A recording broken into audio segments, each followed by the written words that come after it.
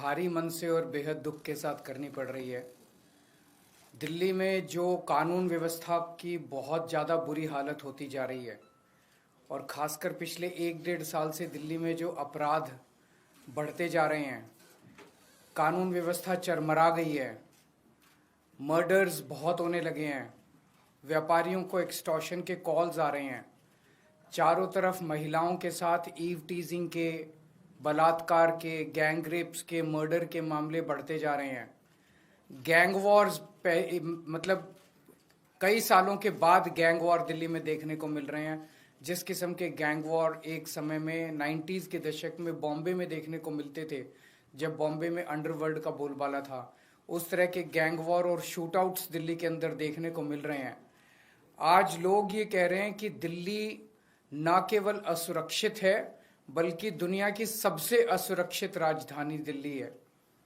2022 में 501 मर्डर हुए, जो कि पिछले कुछ सालों में सबसे ज्यादा मर्डर्स हैं, और लगभग पिछले 3 महीने में जितने यमुना पार जितने गैंग वॉर हुए हैं उसमें 20 लोगों की जानें गई हैं। तो हालत बहुत ज्यादा खराब हो गई है। चारों तरफ लोग डर और दहशत की जिंदगी जी रहे हैं। आज से 10 साल पहले आप लोगों ने, दिल्ली के लोगों ने मुझे एक जिम्मेदारी दी थी। आपने कहा था केजरीवाल जी आप हमारे स्कूल ठीक करो। मैंने स्कूल ठीक कर दिए। आपने कहा था केजरीवाल जी आप हमारी बिजली ठीक करो। मैंने बिजली ठीक कर दी। आपने कहा था केजरीवाल जी आप हमारे अस्पताल, स्वास्थ्य सेवाएं ठीक करो। मैंने वो ठीक कर दी। आपने कहा था केजरीवाल जी आप हमारा पानी ठीक करो। कई पानी में चीजें ठीक की, कई चीजें चल रही हैं, लेकिन सुधार की ओर स्थिति बढ़ रही है। लेकिन दिल्ली के लोगों की सुरक्षा की जिम्मेदारी आपने केंद्र सरकार को दी थी, और केंद्र सरकार में ये सारी जिम्मेदारी केंद्रीय गृह मंत्री अमित शाह जी के ऊपर जाती है। अमित शाह जी की जिम्मेदारी है दिल्ली को सुरक्षित रखने की। अमित शाह जी की जिम्मेदारी है दिल्ली में कानून व्यवस्था को बनाए रखने की। लेकिन आज मुझे बेहद अफसोस के साथ कहना पड़ रहा है कि अमित शाह जी पूरी तरह से पिछले 10 साल में दिल्ली की कानून व्यवस्था बनाने में फेल हो गए हैं, और आज जो स्थिति है वो बहुत ही भयावह स्थिति पैदा हो गई है। लोग कह रहे हैं कि Delhi rape capital of the world है, कोई कह रहा है gangster capital of the world है, कोई कह रहा है सबसे खतरनाक कैपिटल है। ये सुन के अच्छा नहीं लगता। ये केवल बात दिल्ली की इमेज की नहीं है, ये बात लोगों की सुरक्षा से रिलेटेड है। आज सबसे ज्यादा 2 तबके के लोग डरे हुए हैं, महिलाएं और बिजनेसमैन। कल मैं नांगलोई गया। नांगलोई में कुछ दिन पहले रोशनलाल नाम के एक व्यक्ति जो दुकान चलाते हैं, उन्होंने 8 बजे सुबह दुकान खोली। 9:15 बजे उनके दुकान पे 2 मोटरसाइकिल पे सवार आए, उन्होंने गोलियां चलाई और वो भाग गए। कल मैं उनसे मिलने के लिए गया था बस, और भारतीय जनता पार्टी के कार्यकर्ताओं ने मुझे उनकी दुकान तक नहीं जाने दिया, रास्ते में रोक लिया। रास्ते से वापस आना पड़ा मुझे। रोशनलाल जी ने अपना बेटा भेजा मुझे, मैं गाड़ी में बैठे बैठे मैंने उनके बेटे से मुलाकात की।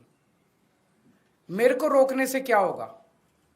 मैं अमित शाह जी से कहना चाहता हूं, केजरीवाल को मत रोकिए, क्राइम को रोकिए, अपराध को रोकिए, वो आपकी जिम्मेदारी है। केजरीवाल को रोकना आपकी जिम्मेदारी नहीं है। अगर आज आप अपना काम ठीक से कर लेते तो आपको केजरीवाल को रोकने की जरूरत नहीं पड़ती, केजरीवाल को नांगलोई जाने की जरूरत नहीं पड़ती। क्या छुपाने की कोशिश की जा रही है? और ये एक, मैंने कई बिजनेसमैन से बात की, ट्रेंड बन गया है। पिछले 1 साल में रिकॉर्डेड 160 एक्सटॉर्शन की कॉल्स आई हैं। जिन लोगों ने, जब एक्सटॉर्शन की कॉल आती है किसी के पास, तो वो कहते हैं इतने इतने पैसे दे दे, नहीं तो तेरे फलाने फलाने को, घर के आदमी को मार देंगे, इसको किडनैप कर लेंगे, और अगर पुलिस को बताया तो देख लेना। 70-80% लोग तो रिपोर्ट ही नहीं करते पुलिस में, बताते ही नहीं है पुलिस को, डर के मारे, और वो पैसे दे देते हैं ताकि उनको सुरक्षित रहें। तो 160 कॉल तो पुलिस के रिकॉर्ड में है। पता नहीं कितनी कॉल्स ऐसी हैं जो लोगों को आ रही हैं और लोग बता नहीं रहे। तो हर रोज पता नहीं कितनी एक्सटॉर्शन कॉल्स दिल्ली के अंदर आ रही हैं। और ये एक्सटॉर्शन कॉल्स क्या हैं? एक व्यापारी को विदेश के नंबर से एक्सटॉर्शन कॉल आती है, उसको कहा जाता है कि इतने पैसे दे दे, नहीं तो तेरे को ये कर देंगे, वो कर देंगे। अगर वो नहीं सुनता तो थोड़े दिन के बाद फिर उसके दिखाने के लिए कि वो सुरक्षित है, उसकी दुकान के ऊपर कोई मोटरसाइकिल पे शूट आउट करने के लिए, गोली चलाने के लिए 2 लोगों को भेज दिया जाता है ताकि वो डर के मारे पैसे दे दे। ये इतनी आम बात हो गई है कि दिल्ली से बिजनेसमैन दिल्ली छोड़ छोड़ के आस पड़ोस के राज्यों में जा रहे हैं। बिजनेस करना दिल्ली के अंदर एक बहुत बड़ा गुनाह बनता जा रहा है। महिलाएं असुरक्षित हैं। महिलाओं को, छोटी छोटी बच्चियों के साथ उनकी किडनैपिंग करके उनको रेप कर दिया जाता है, उनको मर्डर कर दिया जाता है। ईव टीजिंग की, मनचलों की घटनाएं मेट्रो के अंदर और बस के अंदर सफर करना दूभर होता जा रहा है। और ये सारी घटनाएं घट रही हैं अमित शाह जी के घर के चंद किलोमीटर के अंदर। अमित शाह जी तो जो कि देश के गृह मंत्री हैं, दिल्ली सीधे उनके अंडर में आती है, दिल्ली की कानून व्यवस्था उनको मेंटेन करनी है। वो अपने घर के 20 किलोमीटर के दायरे को सुरक्षित नहीं रख पा रहे, तो फिर वो कैसे देश चलाएंगे, कैसे देश के अंदर कानून व्यवस्था लागू करेंगे? मैं आपको कुछ उदाहरण देता हूं।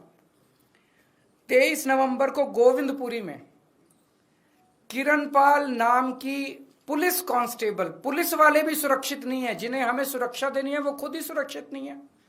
किरणपाल नाम की पुरुष है, किरणपाल नाम के 28 साल के पुलिस कांस्टेबल की चाकू गोद के हत्या कर दी गई, और ये महज अमित शाह जी के घर से 13 किलोमीटर दूर हुआ। 31 अक्टूबर को फर्श बाजार, वहां पे गैंग वॉर में 2 लोगों की मौत हो गई दिवाली वाली रात को, और ये महज 14.5 किलोमीटर अमित शाह जी के घर से 14.5 किलोमीटर दूर हुआ। 21 अक्टूबर को करोल बाग में एक महिला को किडनैप करके रेप कर दिया गया, अमित शाह जी के घर से महज 9 किलोमीटर की दूरी पे। 14 सितंबर को ग्रेटर कैलाश में 35 साल के एक जिम के मालिक को गोली मार के 2 मोटरसाइकिल वालों ने गोली मार के उसके मर्डर कर दिया, महज 9.5 किलोमीटर अमित शाह जी के घर से दूरी है उनकी। अमित शाह जी से मैं पूछना चाहता हूं, ये हो क्या रहा है? क्या आप मानते हैं कि आपसे दिल्ली नहीं संभल रही है? और दिल्ली के लोग अब सुरक्षा के लिए किसके पास जाएं? महिलाओं से पूछना चाहता हूं मैं, अपनी दिल्ली की मां, बहनें, बेटियां, उनसे सबसे पूछना चाहता हूं, क्या आप सुरक्षित महसूस करते हो अपने आप को जब घर से बाहर निकलते हो? लक्ष्मी नगर की महिलाएं, पटपड़गंज की महिलाएं, ग्रेटर कैलाश की महिलाएं, जनकपुरी की महिलाएं, कोई भी पूरे दिल्ली में कोई भी महिला अपने आप को सुरक्षित महसूस करती है? चाहे मेट्रो में जाएं, चाहे बस में जाएं, 7 बजे के बाद अगर बेटी घर ना लौटे तो माँ बाप को चिंता हो जाती है, पता नहीं सुरक्षित होगी कि नहीं होगी। ये हमारा शहर है, और हमारे शहर के किसी भी कोने में हम खुद सुरक्षित महसूस नहीं कर रहे हैं। और बहुत सारे केसेस हैं, बड़ी लंबी लिस्ट है मेरे पास और आपके पास भी होगी। 11 अक्टूबर को सराय काले खां 10 किलोमीटर दूर है अमित शाह जी के घर से, वहां एक 34 साल की महिला के साथ गैंगरेप किया गया और वो अर्धमूर्छित अवस्था के अंदर पाई गई। 12 सितंबर को बेगमपुर में 3 साल की बच्ची को किडनैप करके सेक्सुअली असॉल्ट किया गया, मात्र 8 किलोमीटर अमित शाह जी के घर से। 30 हजारी अगस्त 8 अगस्त को 30 हजारी कोर्ट के अंदर एक वकील ने 21 साल की एक महिला का कोर्ट के अपने चेंबर में बलात्कार कर दिया, मात्र 10 किलोमीटर अमित शाह जी के घर से। 1 अगस्त को दिल्ली कैंट में 9 साल की बच्ची का रेप करके मर्डर कर दिया, मात्र 9 किलोमीटर अमित शाह जी के घर से। इन लोगों ने नारा दिया, बेटी पढ़ाओ बेटी बचाओ। बेटी को पढ़ाने की जिम्मेदारी हमारी थी, हमने बेटी को पढ़ाया। बेटी को बचाने की जिम्मेदारी आपकी थी, आपने बेटी को बचाया नहीं, आप बेटी को बचाने में नाकाम रहे। आज मैं अमित शाह जी से पूछना चाहता हूं कि आपने दिल्ली को दुनिया की सबसे असुरक्षित राजधानी क्यों बनाया? आपने 10 साल में इसको रोकने के लिए क्या काम किया? हमारे दिल्ली के लोग जाएं तो जाएं कहां? आज दिल्ली के लोग भय में जी रहे हैं। क्या आप मानते हैं कि आपसे दिल्ली नहीं संभल रही है? अगर नहीं संभल रही है तो किसी और को जिम्मेदारी दे दीजिए। आज दिल्ली का बुरा हाल कर दिया इन लोगों ने, हम सुरक्षा के लिए किसके पास जाएं? आज दिल्ली के लोग अमित शाह जी से ये पूछना चाहते हैं। ये एक अभी आप लोगों को भी देंगे, ये एक मैप है दिल्ली का। ये अमित शाह जी का घर है और इस घर से आप देखेंगे 15 किलोमीटर दूर शाहदरा गैंगरेप केस, 16 किलोमीटर दूर 100 crore fraud bye Chinese national, 9 kilometre दूर एक डॉक्टर को रॉब करके उसका मर्डर कर दिया गया, 6 किलोमीटर दूर आईटीओ गैंगरेप केस, 15 किलोमीटर दूर doctor killed by a teenager. उनके घर से मात्र 15 से 20 किलोमीटर दूर की दूरी के अंदर इतने मर्डर और इतने रेप और इतने फिरौतियों के कॉल्स आ रहे हैं।